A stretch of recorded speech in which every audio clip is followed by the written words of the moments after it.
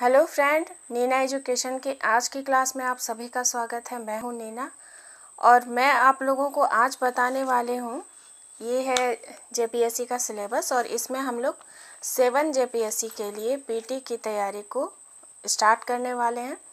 हालांकि मैंने JPSC PT mains के काफ़ी सारे टॉपिक ऑलरेडी पढ़ा चुके हैं, तो आप लोग प्लेलिस्ट को देखें।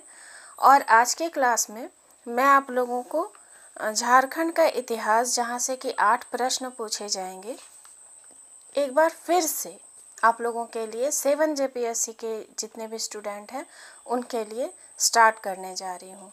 और ये मैं आप लोगों को अच्छे से समझाने का प्रयास करूँगी ताकि आप लोगों के कोई भी प्रश्न छूटे ना।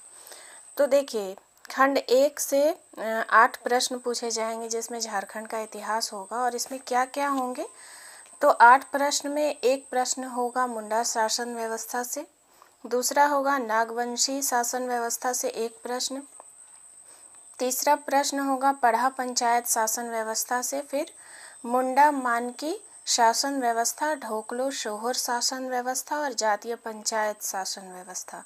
इन सभी से प्रश्न एक एक प्रश्न होंगे, जबकि जातीय पंचायत शासन व्यवस्था से 2 प्रश्न आएंगे। तो आज की क्लास में मैं आप लोगों को मुंडा शासन व्यवस्था को अच्छा से समझाने का प्रयास करूंगी। तो चलिए देखते हैं क्या क्या इसके अंतर्गत है।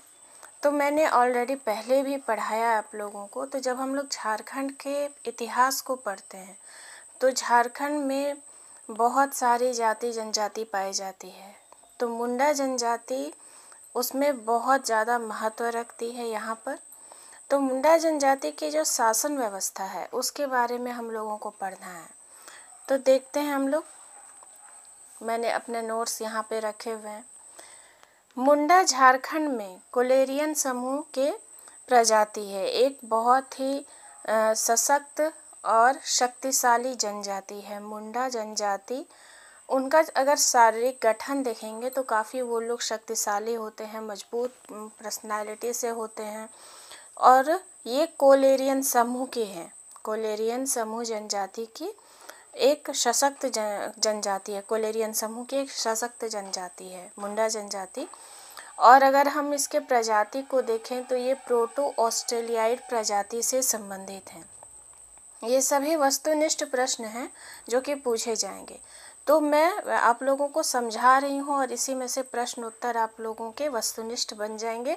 और अगर डिटेल से भी लिखना चाहें तो आपको काफ़ी सुविधा होगी। और हैंड रिटन नोट्स आप लिख सकते हैं, मेरे चैनल पे अवेलेबल हैं। अब हम लोग इनके निवास क्षेत्र को देखते हैं, कहाँ पर ये झारखंड में पाए जाते हैं, कौन कौन सा इनका निवास स्थान है। तो झारखंड के रांची, खूंटी, हजारीबाग, गुमला, सिमडेगा, गिरिडीह, सिंहभूम तथा संथाल परगना, ये सभी क्षेत्र हैं जहाँ पर मुंडा जनजाति के लोग पाए जाते हैं। एक बार फिर से मैं बता रही हूँ, रांची, खूंटी, हजारीबाग, गुमला, सिमडेगा, गिरिडीह, संथाल परगना, सिंहभूम, इन सभी क्षेत्रों में ये निवास करते हैं मुख्य रूप से। और भी जगहों में देखे जाते हैं लेकिन उतनी संख्या में नहीं। एक प्रश्न काफ़ी पूछा जाता है इनकी भाषा को लेकर के। इनकी भाषा क्या है, तो मुंडारी। मुंडा जनजाति की जो भाषा है उसे क्या कहते हैं, मुंडारी। और मुंडा जनजाति स्वयं में अपनी भाषा को होडो जगर भी कहते हैं। तो प्रश्न कभी घुमाकर पूछे जाते हैं, होडो जगर क्या है, तो ये मुंडा जनजाति की भाषा है। भाषा को मुंडारी भी कहते हैं और होडो जगर भी कहते हैं। तो आप दोनों ये वर्ड याद करेंगे। अब इनमें जो है, इस जनजाति में कुछ स्थल होते हैं जो इनके लिए काफ़ी महत्व रखते हैं, विशेष हैं। तो ऐसे 3 स्थल हैं। कौन कौन से स्थल हैं, तो सरना काफ़ी महत्वपूर्ण स्थल है, अखड़ा और शासन, ये 3 हैं। तो सरना क्या है, तो सरना ग्राम देवता का निवास स्थान है। जनजातियाँ देवी देवताओं में काफ़ी विश्वास करती हैं और प्रायः हर जनजाति के अपने देवी देवता हैं। कुछ ऐसे इष्ट देवी देवता उनके हैं जो कि सभी में प्रायः एक से हैं, लेकिन फिर भी अलग अलग में वो अलग अलग मान्यता रखते हैं। जैसे सरना जो स्थल है वो ग्राम देवता का है, वहाँ ग्राम देवता निवास करते हैं।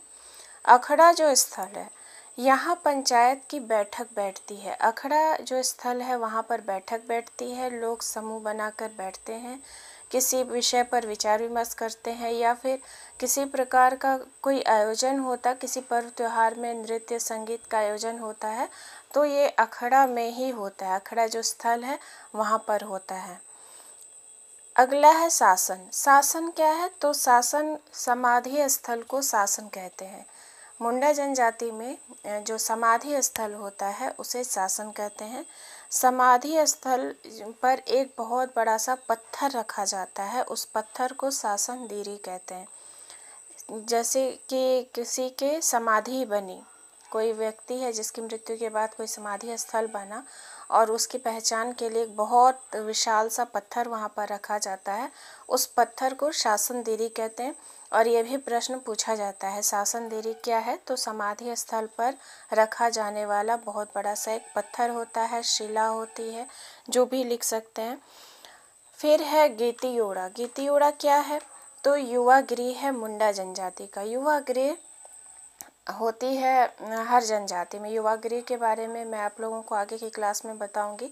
वैसे मैं बता दूं, ये वो स्थल होता है जहाँ पर अपनी सभ्यता संस्कृति के बारे में या शिक्षा के बारे में यहाँ पर लोग जो स्त्री होते हैं, पुरुष होते हैं, तो उन्हें बाल्यकाल में ही युवा होने तक यहाँ पर डाला जाता है, जहाँ पर वो सब कुछ सीखते हैं अपनी जनजाति से संबंधित। तो जो गीतियोड़ा है ये युवा गृह है मुंडा जनजाति का। तो ये भी प्रश्न पूछा जाता है। अब इनके जो कार्य हैं तो ज़्यादातर कृषि कार्य करते हैं। तो आजीविका के लिए कृषि ये किस प्रकार से करते हैं? तो झारखंड वन प्रदेश है, यहाँ पर के झाड़ी जंगल वन बहुत पाए जाते हैं। तो ये लोग क्या करते हैं कि वनों को साफ करते हैं, एक छोटी सी जगह पर तैयार करते हैं और उस जगह पर फिर कृषि करते हैं। तो ऐसे जो स्थान होते हैं वो फिर उनका जो खेत होता है, जो इस तरह से झाड़ जंगल को काट कर वो खेत तैयार करते हैं, तो वो उनके द्वारा जो खेत बनाया गया खेत होता है उन्हें खूट कट्टी खेत कहते हैं। ये सभी वर्ड हैं, इम्पोर्टेंट वर्ड हैं। तो जो जगह वन को साफ करके खेती के लिए तैयार करी मुंडा जनजाति ने, तो उसे खूट कट्टी खेत कहेंगे। फिर ऐसे ही स्थान पर जब निवास करते हैं कुछ लोग एक गांव बनाकर, तो जो ये गांव तैयार हुआ, वहाँ एक खेत तैयार हुआ बड़ी सी ज़मीन में, और उसमें खेती करने के लिए जो लोगों का समूह गांव बनाकर रहता है उसे खूट कट्टी गांव कहते हैं। अर्थात वो गांव जिसने उस खेत को तैयार किया हुआ है या वहाँ पर खेती करेंगे, और जो जिसने खेत बनाया जो हेड है वो खूट कट्टीदार कहलाता है। तो ये खूट कट्टीदार कौन होता है? जिसने उस खेत को बनाया या फिर जो उसका प्रमुख होता है। तो ये हम लोगों ने समझा खूट क्या होता है, खूट कट्टीदार क्या होता है, खूट कट्टीदार खेत क्या होता है, गांव क्या होता है। तो जो मुंडा जो लोग हैं या मुंडा, वैसे मुंडा जो खेत तैयार करते हैं, वो मेन जो मालिक होते हैं वो खूट कट्टीदार कहलाते हैं। उनके द्वारा जो गांव तैयार किया गया वो खूट कट्टी गांव कहलाता है। खूंट क्या होता है? तो खूंट वही परिवार होता है जिसने इस कार्य को किया होता है। तो खूंट का मतलब होता है एक परिवार, वो एक परिवार जिसने उस वन को काटकर खेती के लिए भूमि तैयार करी।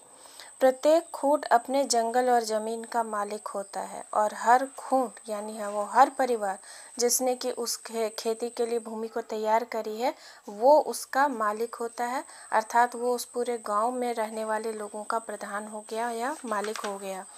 मुंडा जनजाति में प्रत्येक गांव में एक पंचायत होती है।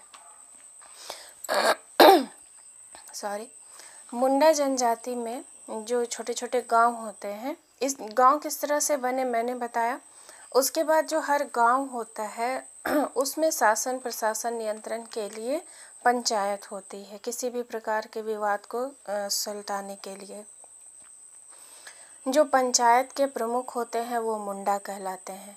तो मुंडा जो शासन व्यवस्था है इसमें जो ग्राम पंचायत होगी इसका प्रमुख मुंडा कहलाता है। कई ग्राम पंचायत या गांवों को मिलाकर एक पट्टी बनाई जाती है। तो एक जो गांव हुआ उसमें पंचायत होती है। तो गांव बहुत छोटे छोटे होते हैं, तो बहुत सारे गाँवों को मिला करके एक पट्टी बनाई जाती है और उस पट्टी का जो प्रधान होता है वो मानकी होता है।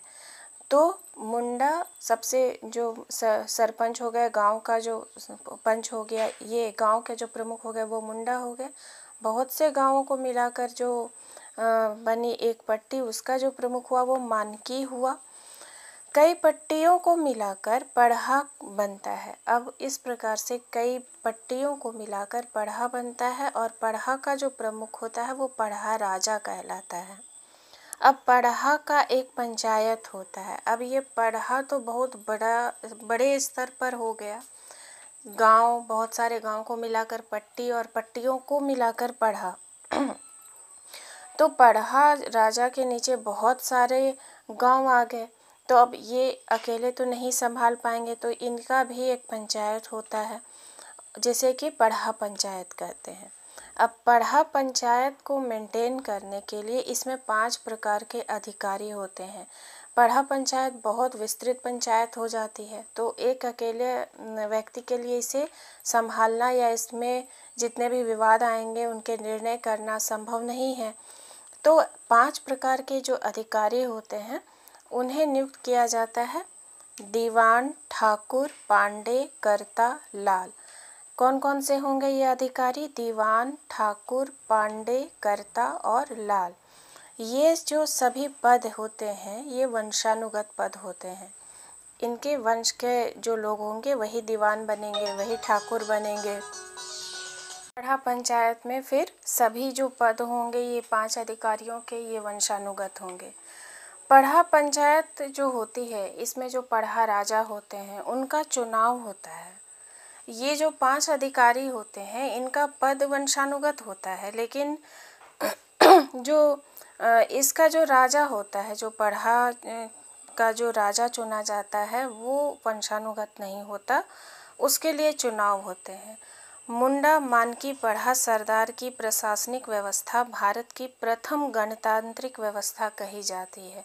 और ये जो मुंडा मानकी पढ़ा सरदार ये जो व्यवस्था है ये जो प्रशासनिक व्यवस्था है ये सबसे पुरानी है और इसे गणतंत्रात्मक की पहली व्यवस्था कहते हैं। इस पंचायत में सीमा विवाद, आपसी झगड़े आदि का निपटारा होता है और अन्य विवाद भी सुलझाए जाते हैं। तो जब हम लोगों ने देखा कि पढ़ा राजा का जो पद होता है वो वंशानुगत नहीं होता, उसके लिए चुनाव होता है, और ये जो पूरी पंचायत होती है इसके अंतर्गत जितने भी अधिकारी होते हैं वो सभी काम कैसे करते हैं, तो विभिन्न प्रकार के जो विवाद आते हैं अलग अलग गाँवों से उनका निपटारा करते हैं। चाहे वो सीमा विवाद हो, आपसी विवाद हो, झगड़े हों, छोटे हों बड़े हों, सभी का निपटारा वो करते हैं। तो इस प्रकार से पढ़ा पंचायत में 5 अधिकारी होते हैं। दीवान, ठाकुर, पांडे, कर्ता और लाल। इनका पद वंशानुगत होता है। और पढ़ा राजा जो होता है, जो इन सब का प्रधान होता है, सर्वश्रेष्ठ होता है, उसका चुनाव किया जाता है और यहाँ पर हर प्रकार के विवादों का निपटान होता है। जितने भी गांव के विवाद आते हैं, बड़े छोटे गांव किसी के भी, सबका निपटान होता है। तो ये हम लोगों ने आज की क्लास में देखा कि मुंडा शासन व्यवस्था, मुंडा शासन किस प्रकार से करते हैं और इनकी पूरी व्यवस्था क्या है, इसे हम लोगों ने देखा। और यहाँ से जितने भी ऑब्जेक्टिव प्रश्न पूछे जाएंगे वो आप लोगों के कवर हो जाएंगे। तो जो दूसरा टॉपिक है वो मैं नेक्स्ट क्लास में पढ़ाऊँगी, जो है कि नागवंशी शासन व्यवस्था। वो हम लोगों का दूसरा अध्याय है। आप लोग एक एक बार सिलेबस को भी देख लें। तो चलिए फिर नेक्स्ट क्लास में मिलते हैं। धन्यवाद।